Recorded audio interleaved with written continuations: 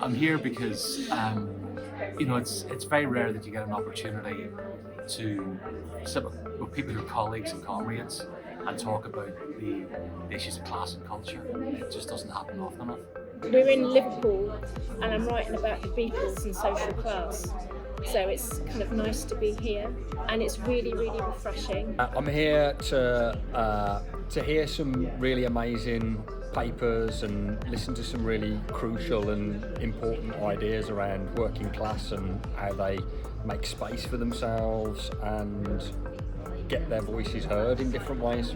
Well, it's actually because I went to last year's the one in Bristol, the Class and Culture, the first one, and I really enjoyed it and I got so much out of it.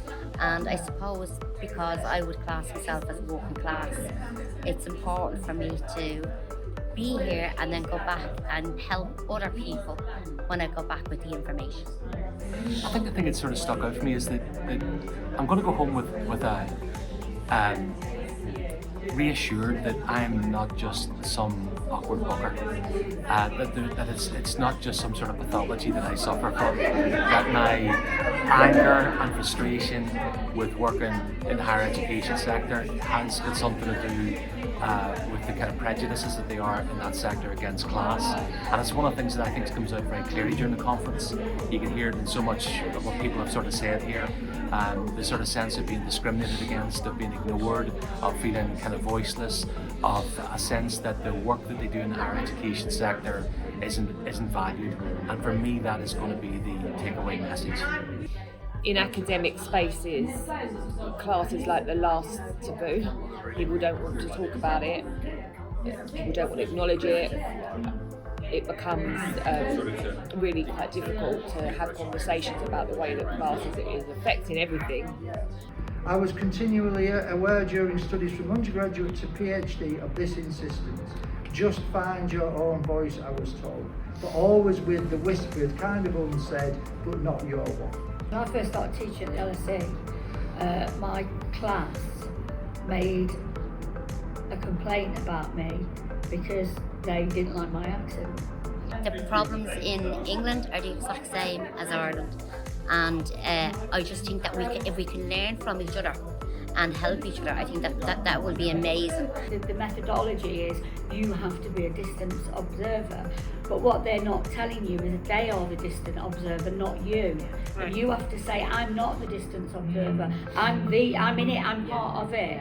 And so I think it's trying to write the methodology that fits us, and arguing that within the research community, which again is very difficult because what you are doing by that very nature is saying that our method is actually better than their method, that they don't like that.